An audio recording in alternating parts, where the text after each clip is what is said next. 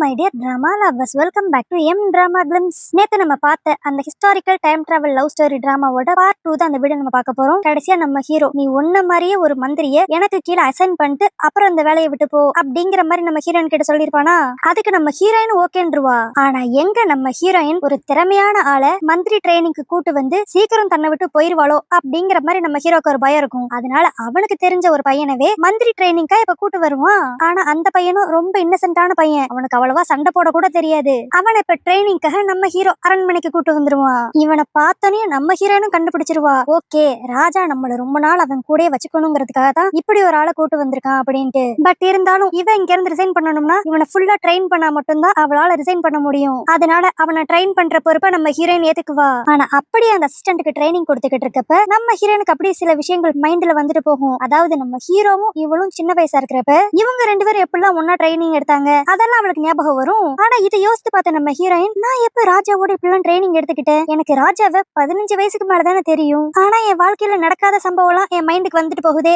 அப்படிங்கிற மாதிரி நம்ம ஹீரோயின் யோசிப்பா. சோ இவ யோசிக்கிறதுல நம்மளுக்கு நல்லா தெரியும், இவ மைண்டுக்கு இப்ப வந்தது எல்லாமே இதுக்கு முன்னாடி ஜென்மத்துல இவளுக்கு நடந்த விஷயங்கள் தான் இப்ப இவளுக்கு ஞாபகம் வருது. அதுக்கு அடுத்தபடியே அடுத்த நாள் காலையில தான் காட்டுவாங்க. இப்ப நம்ம ஹீரோயின் ஸ்ட்ரைட்டா அந்த மந்திரவாதியை பார்க்க போவா. ஏன்னா இந்த உலகத்திலயும் அவன் மந்திரவாதி தானே. அதனால இப்ப நம்ம ஹீரோயின் அவன் கிட்ட போய், எனக்கு கடந்த கொஞ்ச நாளாவே என் வாழ்க்கையில நடக்காத விஷயங்கள்லாம் என் மைண்டுக்கு வந்துட்டு போகுது, அதுவும் மெயினா நானும் ராஜாவும் சின்ன வயசுல ஒன்னா இருந்த மாதிரிலாம் எனக்கு மைண்டுக்கு வருது, ஆனா இப்படிப்பட்ட ஒரு சம்பவம் என் வாழ்க்கையில நடக்கவே இல்லையே அப்படிங்கிற மாதிரி அவன் அந்த மந்திரவாதி கிட்ட கேட்பா. ஆனா அதுக்கு அந்த மந்திரவாதி எந்த ஒரு விஷயத்தையும் டீட்டெயிலா சொல்லாம, உனக்கு தெரிய வேண்டிய விஷயங்கள் நிறைய இருக்கு, அது போக போக உனக்கே தெரியும், அப்போ உன்னோட இந்த கரண்டான வாழ்க்கைக்கும் போன ஜென்மத்தோட வாழ்க்கைக்கும் என்ன கனெக்ஷன் இருக்குன்ட்டு நான் உனக்கு சொல்றேன் அப்படிங்கிற மாதிரி மட்டும்தான் அவன் நம்ம ஹீரோயின் கிட்ட சொல்லுவான். இதனால நம்ம ஹீரோயினும் லைட்டா கன்ஃபியூஸ் ஆயிருவா. பட் இருந்தாலும் இவன் தான் போக போக எல்லாமே எனக்கே தெரிய வரும்னு சொல்லி சொன்னானே, சரி வெயிட் பண்ணி பாப்போம் அப்படிங்கிற மாதிரி நம்ம ஹீரோயின் யோசிச்சுக்கிட்டு இருப்பா. அதுக்கடுத்து இப்ப நம்ம ஹீரோயின் அவளோட இடத்துக்கே வந்துருவாளா. அங்க பார்த்தா அந்த அசிஸ்டன்ட் பொண்ணு வேவேமா எங்கேயோ கிளம்பிக்கிட்டு இருக்கிற மாதிரி இருக்கும். என்னன்னு கேட்டா, அது ஒண்ணும் இல்ல, ராஜாவோட அசிஸ்டன்ட் இருக்கார்ல அவருக்கு உடம்பு சரியில்லையா, அதனாலதான் அவரை பாத்துக்கிறதுக்காக நான் போறேன் அப்படிங்கிற மாதிரி வேகமா கிளம்பிக்கிட்டு இருப்பா. என்னன்னு பார்த்தா நம்ம ஹீரோவோட அசிஸ்டன்ட்டுக்கும் நம்ம ஹீரோயினோட அசிஸ்டன்ட்டுக்கும் ஏதோ ஒரு லவ் ட்ராக் ஓடிக்கிட்டு இருக்கு போல. இது தெரிஞ்சிட்டு நம்ம ஹீரோயின் அப்படியே அவளை கலாய்ச்சிக்கிட்டு இருப்பாளா. அப்ப அந்த அசிஸ்டன்ட் பொண்ணு அப்படியே, நீங்க என்ன கலாய்க்கிறது இருக்கட்டும், நீங்க ராஜா கூட சரியா பேச மாட்டேங்கிறீங்கன்ட்டு அவர் ஒழுங்காவே சாப்பிட மாட்டேங்கிறாராம், அதனால அவரும் ரொம்ப வீக்கா இருக்காரு, உங்களுக்கு தான் ராஜாவை ரொம்ப பிடிக்குமே, அப்படி இருந்தும் நீங்க உங்க லவ் எக்ஸ்பிரஸ் பண்ண மாட்டேங்கிறீங்க எனக்கு தெரியல, இப்ப அதனால ராஜா சரியா சாப்பிடாம வேற இருக்காரு அப்படிங்கிற மாதிரி அந்த அசிஸ்டன்ட் சொல்லிட்டு கிளம்பிடுவாளா. இது வந்து நம்ம ஹீரோனோட மனசை போட்டு அப்படியே குழப்பிக்கிட்டே இருக்கும். சரி என்னவா இருந்தா என்ன, இப்போதைக்கு ராஜா சாப்பிடல, ஒரு மந்திரியா அவரோட ஹெல்த்தை பாத்துக்க வேண்டியது ஏன் பொறுப்பு அப்படின்னு சொல்லிட்டு இப்ப நம்ம ஹீரோ பாக்குறதுக்கு தான் போவா. இவ வந்துட்டான்னு தெரிஞ்ச உடனே நம்ம ஹீரோ முகத்துல அவ்வளவு சந்தோஷம், அதுவும் இவ தாமல இருக்கிற அக்கறையில தான் வந்திருக்கா அப்படின்னு தெரிஞ்ச உடனே நம்ம ஹீரோ செம ஹாப்பி. இப்ப அதே ஹாப்பினஸோட அப்படியே நம்ம ஹீரோன் கிட்ட, எனக்காக இவ்வளவு தூரம் வந்திருக்க, அப்படியே பாசமா சமைச்சு கொடுத்தேன்னா நான் சந்தோஷமா சாப்பிடுவேன் அப்படிங்கிற மாதிரி சொல்லி நம்ம ஹீரோனை கரெக்ட் பண்ண ட்ரை பண்ணுவான். ஆனா இதுக்கு முன்னாடி நம்ம ஹீரோ இப்படியேதான் கேட்டானா நம்ம ஹீரோன் சண்டை தான் போடுவா. ஆனா இப்ப என்ன நினைச்சான்னு தெரியல, அவன் நம்ம ஹீரோக்காக பாசமா சமைச்செல்லாம் கொடுப்பா. சோ இதை வச்சே நம்ம ஹீரோ கண்டுபிடிச்சிருவான், ஓகே இவளோட மனசுக்குள்ள கொஞ்சம் கொஞ்சமா நம்ம வர ஆரம்பிச்சிட்டோம் அப்படின்ட்டு. அப்ப நம்ம ஹீரோன் அப்படியே, சரி உன்னோட அசிஸ்டன்ட்க்கு உடம்பு சரியில்லைன்னு சொல்லி கேள்விப்பட்டேன், என்னாச்சு அப்படிங்கிற மாதிரி கேட்பா. அப்பதான் நம்ம ஹீரோ ஒரு ஷாக்கிங்கான விஷயத்தையே சொல்லுவான். என்னன்னா இந்த ஊர்ல நம்ம ஹீரோக்கு அகேன்ஸ்டா ஒரு டீமே ஃபார்ம் ஆயிருக்கு போல, அவங்க நிறைய ஆயுதங்களை சில இடத்துல பதுக்கி வச்சிருக்காங்க, அதை பத்தி இன்வெஸ்டிகேட் பண்ண போறப்பதான் அந்த அசிஸ்டன்ட்க்கு அடிபட்டிருக்கும். இப்போ இந்த விஷயம் தெரிஞ்சோன்னு நம்ம ஹீரோன் அப்படியே, சரி அவனால ஃபுல்லா இன்வெஸ்டிகேட் பண்ண முடியலன்னா என்ன, அதான் மந்திரி நான் இருக்கேன்ல, நான் இதை பத்தி இன்வெஸ்டிகேட் பண்றேன் அப்படின்பா. ஆனா அதுக்கு நம்ம ஹீரோ ஒத்துக்கவே மாட்டான். இல்ல நீ நினைக்கிற மாதிரி அந்த டீம் சாதாரண ஆள் மாதிரி தெரியல, ரொம்ப டேஞ்சரஸான டீமா இருக்காங்க, அதனால முடிஞ்ச வரைக்கும் நீ இந்த விஷயத்துல தலையிடாத அப்படிங்கிற மாதிரி அவன் நம்ம ஹீரோயினை ப்ரொடெக்ட் பண்ணுங்கிற எண்ணத்துலதான் இதை சொல்லுவான். ஆனா நம்ம ஹீரோயின் இதை கேட்கற மாதிரியே இருக்க மாட்டா. இல்ல அதை பத்தி நான் இன்வெஸ்டிகேட் பண்ணுவேன் அப்படிங்கிற மாதிரி தான் சொன்னதே திருப்பி திருப்பி சொல்லுவா. அப்ப நம்ம ஹீரோ இந்த டாபிக்கை மாத்தணுங்கிறதுக்காக, சரி விடு இதை பத்திலாம் நம்ம அப்புறமேல் பேசிக்கலாம், இப்ப நான் உங்ககிட்ட மெயினா பேசணும்னு நினைச்ச விஷயமே, இன்னும் 4 நாள்ல இங்க திருவிழா வருது, அப்போ நான் உன் கூட டைம் ஸ்பெண்ட் பண்ணணும்னு ஆசைப்படுறேன் அப்படிங்கிற மாதிரி நம்ம ஹீரோ கூப்பிடுவான். ஆனா அவன் கூப்பிடுறப்பயே ஹீரோயின் வரமாட்டா அப்படிங்கிற ஒரு டவுட்ல தான் அவன் கூப்பிடுவான். ஆனா இந்த வட்டம் நம்ம ஹீரோயின், ஓகே நான் உன்னை மீட் பண்றதுக்கு திருவிழா அன்னைக்கு வரேன் அப்படின்றவா.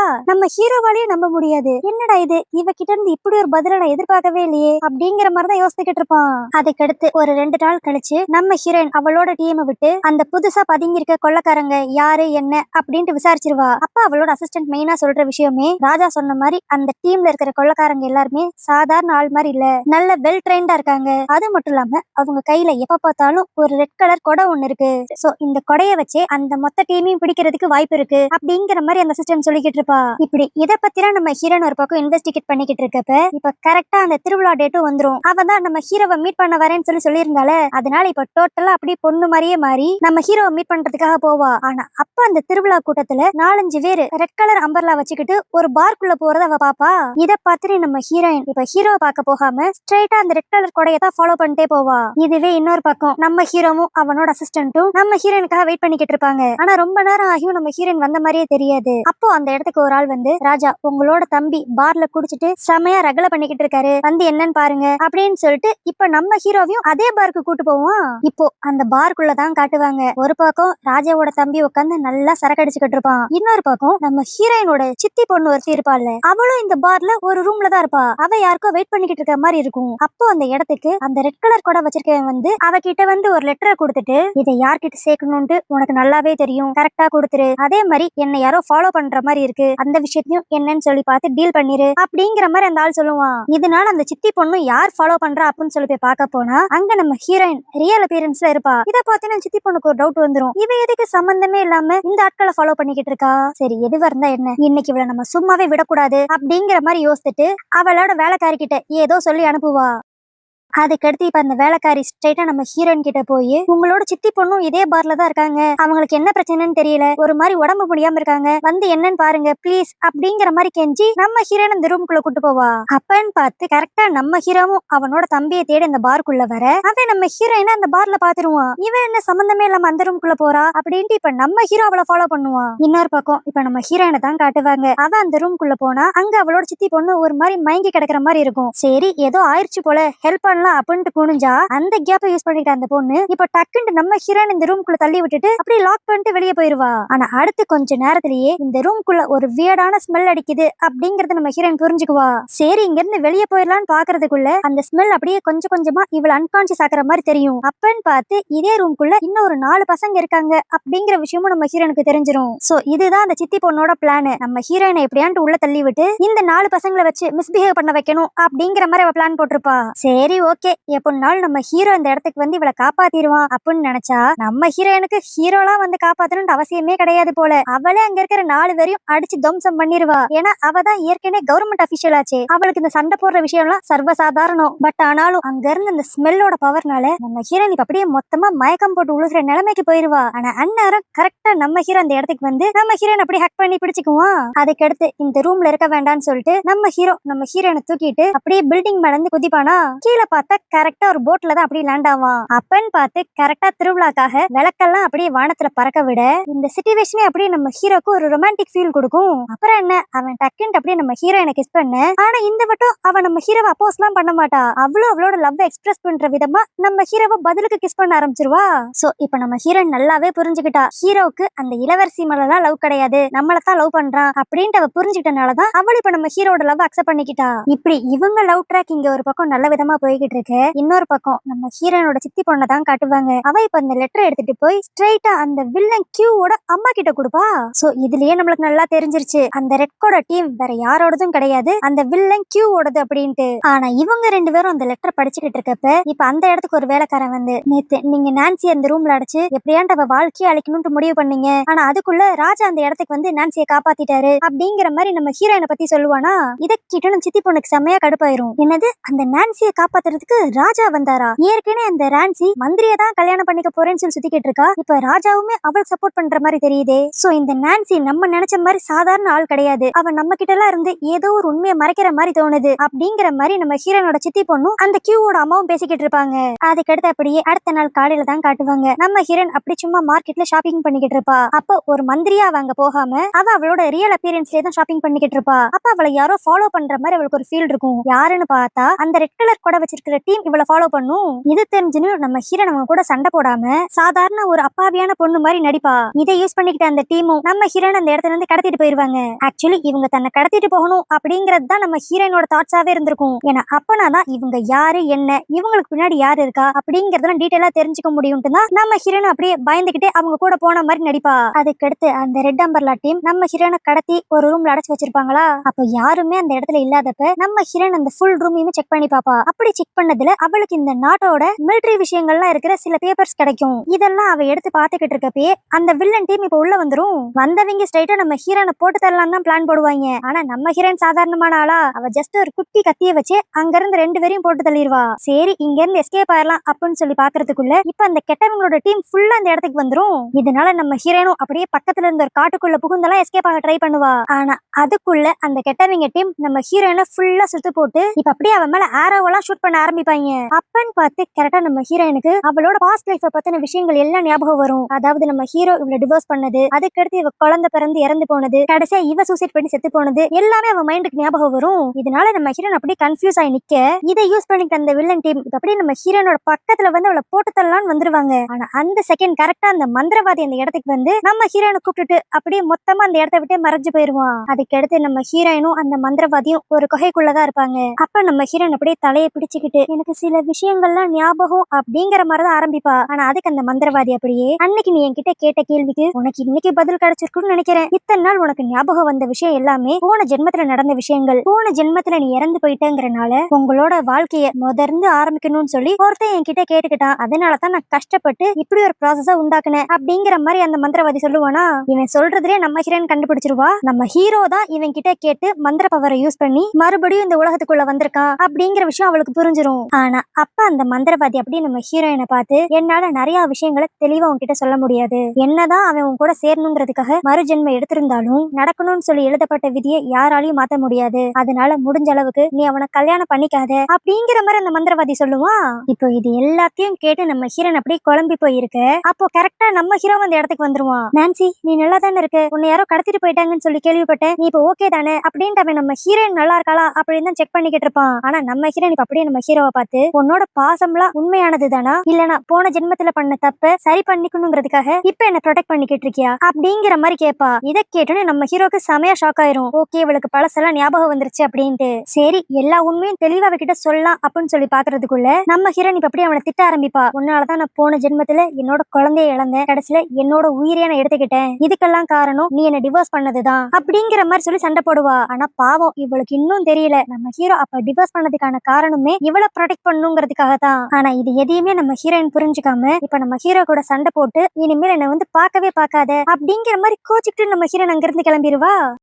அதுக்கடுத்து இப்படியே 4-5 நாள் போயிரும். நம்ம ஹீரோ வந்து பாத்துருக்கவும் மாட்டா, பேசிருக்கவும் மாட்டா. இதனாலேயே நம்ம ஹீரோவுக்கு யார பார்த்தாலும் நம்ம ஹீரோயின் மாதிரியே தெரியும். இப்படி இவன் காதல்ல மூழ்கி பைத்தியமா இருக்க அன்பார்ச்சுனேட்டா நம்ம ஹீரோவை யாரோ அட்டாக் பண்ணிருவாங்க.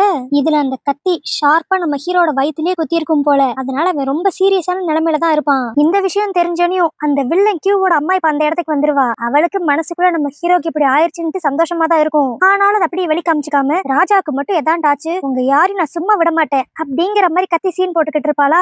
இப்போ நம்ம ஹீரோக்கு இப்படி ஆன விஷயம் தெரிஞ்சு நம்ம ஹீரோயின் அந்த இடத்துக்கு கரெக்டா வந்துருவா. ஆனா வந்தவ இப்போ ஒரு மந்திரி மாதிரி தான் வந்திருப்பா. அதனால ஃபர்ஸ்ட் அந்த கியூவோட அம்மாவை இங்க இருந்து அனுப்பிச்சு விடணும்ட்டு ராஜாக்கு இப்படி ஆனனால நீங்க எப்படிலாம் ஃபீல் பண்ணுவீங்கன்ட்டு நல்லாவே தெரியும், அதனால உங்க டிராமாவெல்லாம் கொஞ்சம் வெளியே வச்சு நடத்திக்கோங்க அப்படின்ட்டு அவ அந்த அம்மாவை துரத்தி விட்டுருவா. ஆனா இது அந்த லேடி சுத்தமா பிடிக்காது. மந்திரி ஏதோ ராஜாவை பண்ண போறான், என்ன உள்ள விடுங்க அப்படிங்கிற மாதிரி தான் வெளியே நின்று கத்திக்கிட்டே இருப்பா. ஆனா இதுவே உள்ள நம்ம ஹீரோயின் தான் கட்டுவாங்க. அவ நம்ம ஹீரோ பக்கத்துல வந்து அவனை செக் பண்ணி பாப்பா. பார்த்தா அவனோட பல்ஸ் எல்லாம் கொஞ்சம் குறையிற மாதிரி இருக்கும். அந்த கத்தி இன்னும் அவன் வயிற்றுலயே வேற இருக்கும். இது இப்படியே இருந்துச்சுன்னா எங்க ராஜாக்கு எதாவது ஆபத்து வந்துருமோன்னு சொல்லி அவ இப்ப தைரியமா அந்த கத்தியை வெளியே எடுத்து ரத்தம் ரொம்ப லாஸ் ஆகாத அளவுக்கு தையல் வேற போட்டுருவா. ஆனா இதுவே வெளியே அந்த கியூவோட அம்மாவை தான் காட்டுவாங்க. அவ இப்ப அந்த இளவரசியும் கூட சேர்த்துக்கிட்டு நாங்க ராஜாவை பார்த்தேகணும், எங்களை உள்ள விடுங்க அப்படிங்கிற மாதிரி கத்திக்கிட்டு இருப்பாளா. இப்ப அந்த இடத்துக்கு இந்த நாட்டோட ராஜமாதா ஒருத்தி வருவா. அதுவும் இந்த ராஜமாதா வந்து நம்ம ஹீரோக்கு ஒரு அத்தை முறை மாதிரி தான் வரும் போல. இப்போ இதுதான் சாக்குன்ட்டு அந்த கியூவோட அம்மாவும் அப்படியே அந்த மந்திரி உள்ள போய் ரொம்ப நேரம் ஆச்சு, ராஜா வேற உள்ள தனியா இருக்காரு, ஏதாவது பிரச்சனை ஆயிர போகுது அப்படிங்கிற மாதிரிலாம் ராஜமாதா கிட்ட நம்ம ஹீரோயினை பத்தி ஏத்தி விட்டுக்கிட்டு இருப்பா. ஆனா அப்ப கரெக்டா நம்ம ஹீரோயின் கதவை திறந்து வெளியே வந்து என்ன சொன்னீங்க, என்னால ராஜாவோட உயிருக்கு ஆபத்து வருமா, அதை நீங்க சொல்றப்பதான் வேடிக்கையா இருக்கு அப்படிங்கிற மாதிரி போற போக்குல அந்த கியூவோட அம்மாவை கலாய்ச்சி விட்டுருவா. அதே மாதிரி அந்த ராஜமாதாவுக்கும் நம்ம ஹீரோயின் தான் மந்திரி அப்படிங்கிற விஷயம் தெரியாது. பட் இருந்தாலும் அந்த ராஜமாதாவுக்கு இந்த மந்திரியை ரொம்ப பிடிக்கும். இதனால நம்ம ஹீரோயினும் ராஜாக்கு இப்ப சுத்தமா உடம்பு சரியில்லை, அதனால நான் பெர்மிஷன் கொடுக்காம யாரும் போய் அவரை பார்க்க கூடாது அப்படிங்கிற மாதிரி சொல்லிடுவா. இதனால அந்த இளவரசிக்கும் செம கடுப்பாயிரும், அந்த கியூவோட அம்மாவுக்கும் செம கடுப்பாயிரும். அது மட்டும் இல்லாம அங்க இருந்த சோல்ஜர்ஸ் எல்லாருமே நம்ம ஹீரோவை ஒழுங்கா ப்ரொடெக்ட் பண்ணல அப்படின்னு சொல்லிட்டு அவங்க எல்லாருக்கும் 200 சாட்டை அடி கொடுக்கணும்னு சொல்லி தண்டனை கொடுத்துருவா. ஆனா இதை கேள்விப்பட்டோன்னையும் நம்ம ஹீரோ மூஞ்சே ஒரு மாதிரி மாறிடும். அவன் அப்படி நம்ம ஹீரோயின் கிட்ட தெரியாம நடந்த ஒரு தப்புக்கு எதுக்கு அவங்களுக்கு இவ்வளவு தண்டனை அப்படிங்கிற மாதிரி ஒரு மாதிரி வித்தியாசமா சொல்லுவான். நம்ம ஹீரோனுக்கு இவன் மேல ஏதோ ஒரு சந்தேகம் வரும். பட் இருந்தாலும் அதை பெருசா எடுத்துக்காம சரி நான் இங்க இருந்து கிளம்புறேன் அப்படின்பாளா. ஆனா நம்ம ஹீரோ விட மாட்டான். எனக்கே இப்பதான் கொஞ்சம் கொஞ்சமா உடம்பு சரியாகிட்டு இருக்கு, இந்த நிலைமையில நீ என்னை விட்டு போயிட்டு எனக்கு எதாவது ஆயிடுச்சுன்னா அப்புறம் ராஜா இல்லாம இந்த நாட்டோட மக்களோட நிலைமையை யோசித்து பாரு அப்படின்ட்டு ஓவர் சென்டிமெண்டலா பேசுவான். சரின்னு சொல்லிட்டு நம்ம ஹீரோயின் இவன் மேல இந்த கோவத்தை எல்லாத்தையும் மறந்துட்டு கொஞ்ச நேரம் அப்படியே அவன் பக்கத்துல உட்காந்துருப்பாளா.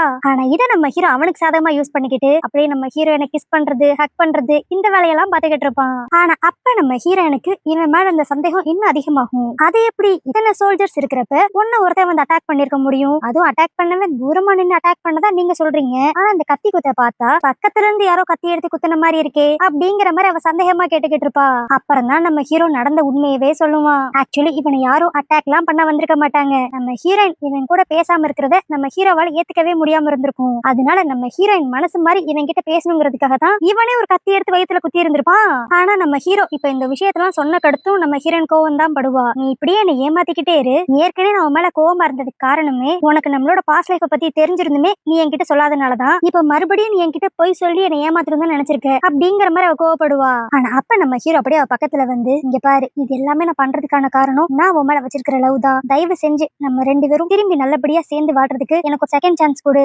அப்படிங்கிற மாதிரி அவன் கெஞ்சி கேட்பான். ஆனா இவன் என்னதான் கெஞ்சினாலும் நம்ம ஹீரோனோட மனசு மாறுற மாதிரி இருக்காது. அதனால அவ எதுவுமே பேசாம அங்க இருந்து அப்படியே கிளம்பிடுவா.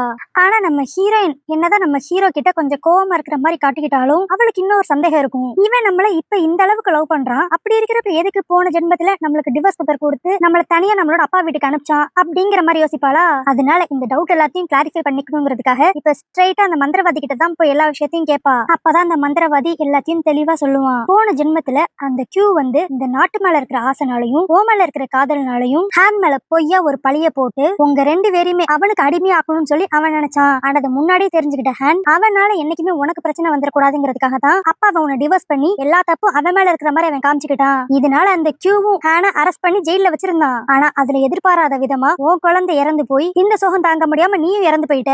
ஆனா இதை ஹேனால ஏத்துக்கவே முடியல. அதனாலதான் மறுபடியும் உன் கூட ஒரு வாழ்க்கை வாழணும்ட்டு அவன் இந்த ஒரு புது உலகத்துல மறுஜென்மம் எடுத்திருக்கான் அப்படிங்கிற மாதிரி எல்லா விஷயத்தையும் அந்த மந்திரவாதி சொல்லுவானா. இந்த விஷயம் எல்லாம் தெரிஞ்சோன்னையும் நம்ம ஹீரோனோட மனசு அப்படியே லைட்டா மாறும். ஓ அப்ப ராஜா உண்மையிலே நல்லவர் தான் போல, நம்ம தான் போன ஜென்மத்துல நடந்த விஷயங்களை அரைங்குறையமா தெரிஞ்சுக்கிட்டு அவர் மேல கோவப்பட்டுட்டோம் அப்படிங்கிற மாதிரி ஃபீல் பண்ணுவா. அதனால இப்ப ஸ்ட்ரைட்டா நம்ம ஹீரோவை பாக்குறதுக்கு போவா. அங்க நம்ம ஹீரோ ஏற்கனவே கத்தி குத்தி வாங்கி ரெஸ்ட்ல தானே இருப்பான். அதனால அவன் பக்கத்திலேயே உட்காந்து அவனை நல்லா பாசமா பாத்துக்குவா.